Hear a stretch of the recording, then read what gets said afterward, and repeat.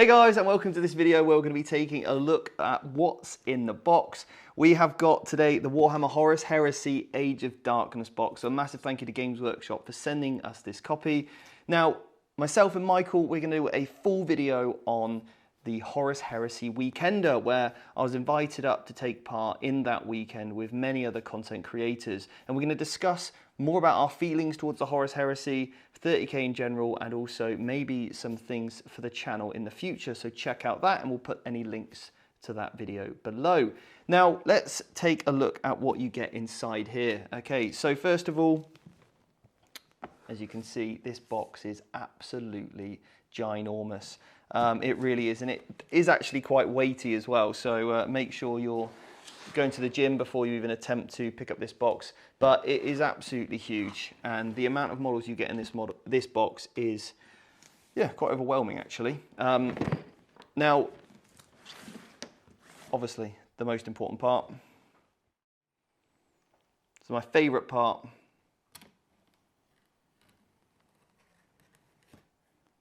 Gotta get the cellophane off.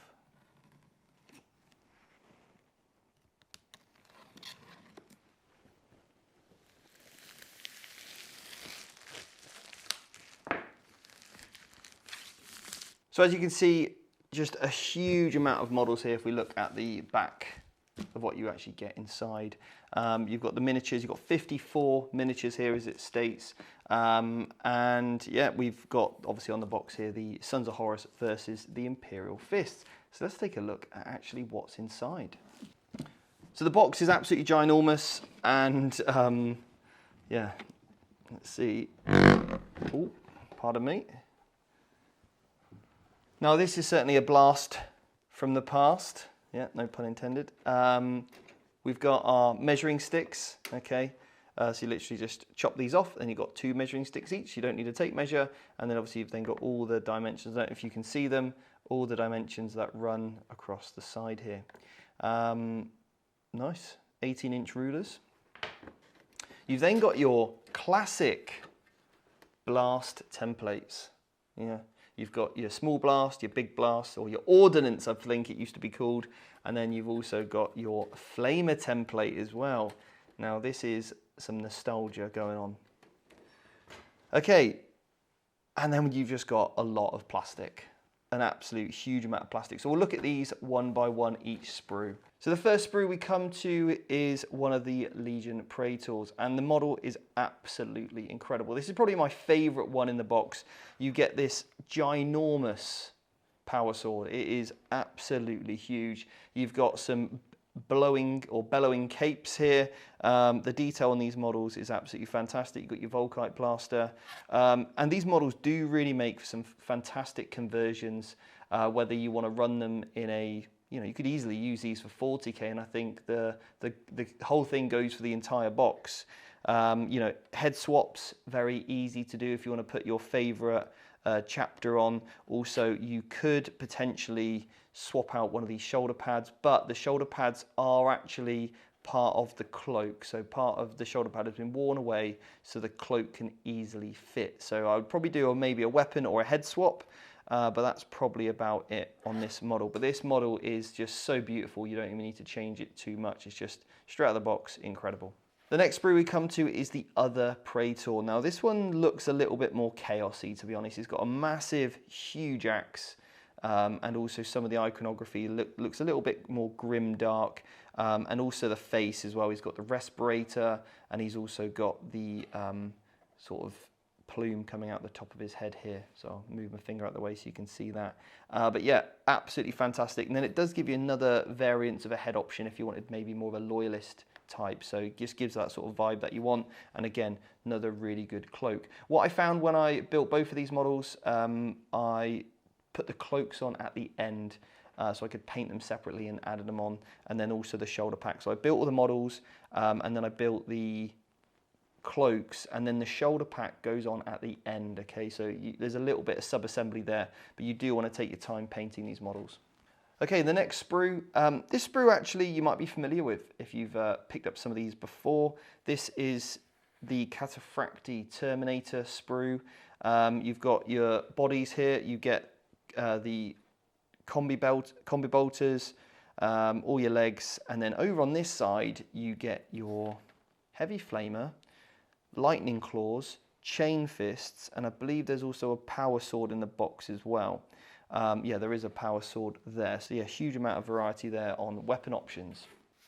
And then if it wasn't enough, you get another 5. So at the moment you get 10 Terminators in this box. And again, this is exactly the same sprue, just repeated. So we've got currently 2 Praetors and 10 Terminators. The next sprue is what your Legionnaires are going to look like. Okay, so they're fairly easy to assemble. They do go together very nicely. You've got different gun options as well in this box, or different add-ons to guns, should I say. So the legs and the bodies are fairly straightforward. It comes in literally about 3 parts. You've normally got like half a leg, the main part of the body, and then the back of the body. So it's like a 3-part assembly there. The arms and the bolt guns go together really, really cleanly as well. Very simple to sort of put together. It doesn't actually take too much sort of wiggling around. The fit is fantastic. Yeah, and then obviously you've got shoulder pads. Now the shoulder pads do come in 2 sections. So the reason why they do that is so that these little bobbles are perfectly spherical. Otherwise, they can get a little bit warped. So yeah, they do come in 2 parts. Alternatively, I think this might be the shoulder pad that if you were to get a, Legion chapter, you could change that out for as well. If you want to get any of the Forge World ones, you could just change that for the resin ones. Then you obviously got the clean ones as well for your transfers to go on, or squad markings, which are really, really nice. So then these next little things are interesting. You get what we call chain bayonets, which attach to the front of your weapons. And there are other bayonets as well, and I'll show you those in a moment. But again, this is 1, 2, 3, 4, 5 models on this sprue.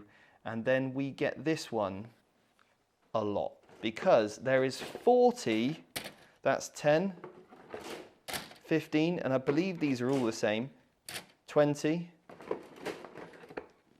25, 30, 35, 40 sprues. A huge amount of sprues, but yeah, like I said, very easy to assemble. And then what you get is you get a sprue then for each of those units as well. So this is how you build out your sergeants. You've got a couple of alternative head options here. Okay, you've got some comms, you've got some banners, you've got a power fist. You can also make that power fist into a lightning claw. You've got a pistol, and then you've also got bayonets as well to add on to your guns. You've got grenades, Auspex scans, you name it, it's in here. So like plasma pistols, power swords as well. And you get 1, 2, 3, 4 of those. So a set of each of these for each 10-man unit that you have.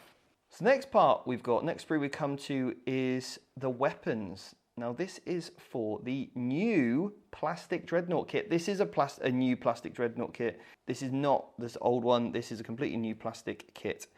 You get twin autocannon, twin las cannon, twin multi-melter, twin heavy bolter. You get so many weapons on this, it's absolutely ridiculous. So yeah, that's basically your weapon side, and also your shoulders and things like that. And then we actually get to the main part of the dreadnought. You've got missile launcher on the top here, and then obviously you've got all the parts of the body. The foot comes in a fair few parts, so it's all multi sort of posable, and again, really, really nice kit to put together. So the next sprue we come to is the Land Raider Spartan, and this is an absolute monstrosity of a vehicle. It is huge, it really is, but was surprisingly fairly straightforward to put together. And the way they've changed the Land Raider doors are really, really nice. They go together. If you've ever tried to build a Land Raider before, you may have sort of struggled trying to get the doors to not get stuck together. I'm horrendous at building, so I actually found this fairly easy to do with the doors moving quite nicely. So yeah, this is one of the many sprues for the Land Raider. So you've got 1 sprue there. That's some part of the sort of front part of the vehicle. And what they've actually done is they've made the sprues fairly straightforward. So you're not like jumping from one sprue to the next. When you're working through the instructions, it really does make sense as you go through each sprue. You kind of complete it before you move on to the next one for the most part. Then you've got all the tank tank tracks. You've got some other couple of little weapon options like some heavy bolters and flamers and whatnot. You've got some las cannons. This is kind of like the mounted sort of weapons that are at the front of the vehicle. Now you've got the sides, and again, more tank tracks. That's one of the sides there. And then you've got the other part of the sides of the vehicles as well, more the outskirts. And then you also get your iconography for if you've gone for the Sons of Horus, you've got one there, and then one for if you're more Imperium over here as well. So you can add those to it, and then some little extra details you can add on quite nicely. But that's not all. You also get these, your weapons. 1, 2, 3, 4, 5, 6, 7, 8. 8 las cannons, and then you've got 2 in here as well. So if you want it, you can have a 10 las cannon weapon. These are your side sponsons, so that's literally all your las cannons just on that one sprue there. And then here is your pin-mounted stuff. So you've got, looks like you've got Volkites, a multi-melter, heavy flamer, heavy bolter, plasma guns. You've got your crew. You've got stuff to go on the front of your tanks. You've got more head options. You've just got so many options with this box. It is crazy. So that's all the sprues. So to recap, 2 Praetors, 1 Spartan, 1 Dreadnought, 10 Terminators with all the different weapon options, and then also 40 Legionnaires. And then obviously you can, in the future, if you want to get some of the weapon options, you can add those to them, like the plasmas, the Volkites, all the special kind of weaponry. But yeah, absolutely fantastic. Now for me, before we move on to what else is in here, you know, I'm certainly going to be looking at, you know, using some of this in 40k as well. I think even if I didn't play Heresy or looking to, I'd still pick up this box because it is such great value for the models you get, whether you're playing in, you know, Imperial Space Marines or you're going to play Chaos Space Marines. And I think there could be some really cool conversion ideas, what you could do, especially using Chaos, because they could be stuck in the warp for however long, and they've come out in their beautiful Mark 6 armor. And when you get the models side by side, these models are very large. They are nearly Primaris size in terms of how big they are. The sculpts are really, really nice. And you can easily put Primaris bits on them if you wanted to, or you could put Chaos Legionary bits, you know, whether it's shoulder pad swaps or you name it, it's all going to fit together pretty well. And obviously any sort of the Firstborn Marine heads and the rest of it are going to look great on these kind of models. So yeah, absolutely brilliant. So what else do you get though? This is just that sort of classic divider that we're used to, showing off a few more of the other plastic kits that were released on the day that we saw at the Horus Heresy Weekender. So you've also got the Sakaran battle tank and also then the new plastic Rhino in that sort of traditional Heresy armor, which look awesome. And then you've also got the Legion Kratos heavy assault vehicle, which looks incredible as well. It looks like a kind of just inflated, bigger version of the Sakaran battle tank, so that looks pretty awesome. But yeah, that's pretty much what you get in the box. But it's not over yet, because you also get all your instructions to build all your models, and then also at the back of this, so one booklet for how to build the entire box set. And then you've also got the rules as well for some of this stuff as well, okay, which we'll go into the rules on another video in a lot more detail. You also get all the bases in the box and the rest of it. I don't need to show you those, but obviously you get the right size bases for all those models. And then we get this.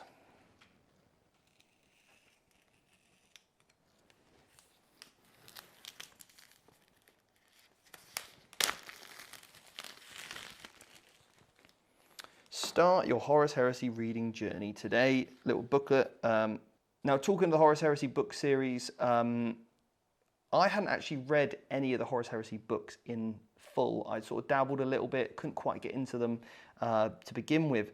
So what I did was I started with book 1, and I think that's a fantastic book to start with.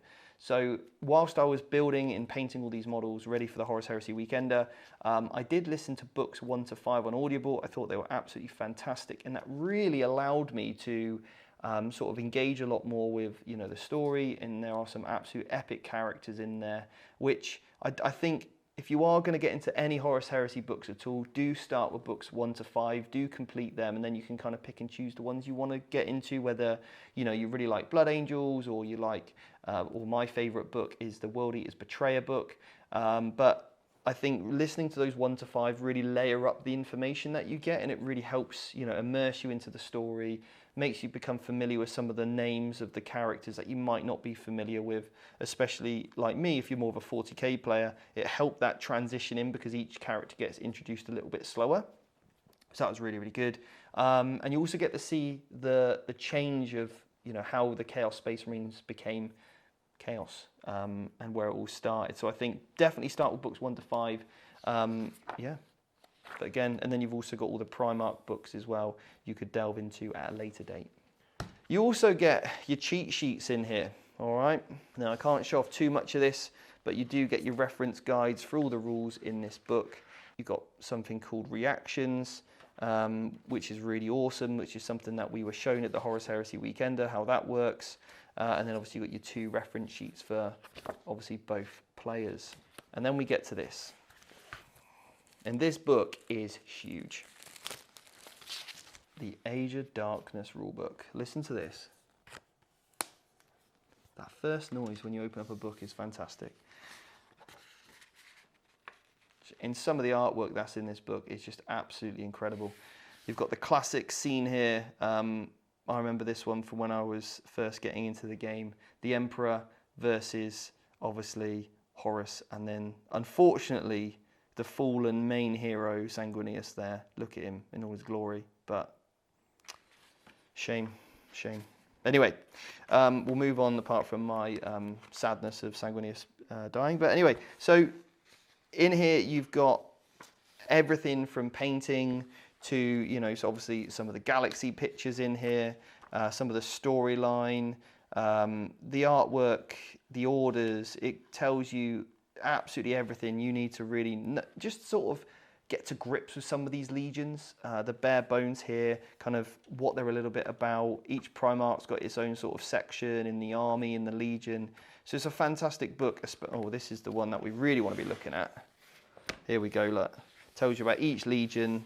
Look at Sanguinius there, just looks beautiful. So again, you've got all that in here. And then what we do is we get to finally the rules. And that's a pretty decent chunk there of sort of backstory behind the lot. And I think for me, the Horus Heresy is just much more richer in terms of its depth, in terms of that storyline. And I've really, really enjoyed actually getting to know a lot more about that. And then you've got all the rules. So I'll quickly flick through this, but not give too much away. But there's some nice little diagrams, you know, how you roll to hit, different weapons, psychic powers, you name it, how combat works, battlefield terrain. And then you've got, you know, different things here for like some of the universal special rules. And then you've got some really cool painted models. So yeah, you've got some Iron Hands in here. You've got some Sons of Horus.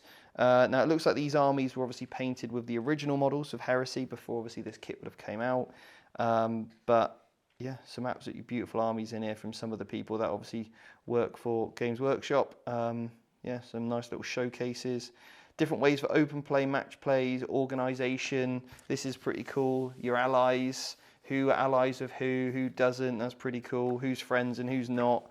That's quite interesting actually when you read that, because it's more interesting than you probably think. It's not just Chaos versus Imperium. It's a little bit different. Yeah. Some different ideas of battlefields that you could play on. The Custodes are obviously in here. Different maps, deployments, and the rest of it. And then you've got your missions as well. So myself and Michael will be doing a full deep dive of this closer to the time. But that is what you get in the box. So once again, Games Workshop, thank you so much for not only allowing me to be part of the Horus Heresy Weekend and getting to actually build and paint all of this. I've got first-hand experience of exactly what it takes to do this. I managed to build and paint the entire lot. I think it took me about a couple of evenings to build everything, and maybe one weekend day dedicated to building. And then I had a full weekend of painting, and then a couple of evenings to get it all done. And that was pretty much me. But I followed some of the Cult of Paint tutorials on the Sons of Horus. I followed that, and that really, really helped me get it going. And then I had some fantastic help from James from Siege Studios, and also Andy Wardle from Cult of Paint really helped me to make sure it looked awesome and ready to be then displayed in the cabinets of Warhammer World. So again, thank you so much. If you like this video, please let us know. And if you are going to be picking up this box, yeah, comment below. I'm picking up a box. Just put that, and it'll be interesting to know how many of you are going to pick this up. And then myself and Mike will do that video on what we think of 30k and Heresy in general as its game mechanics and what we're thinking of doing with some of this stuff. But until the next video, take care, and I'll see you soon.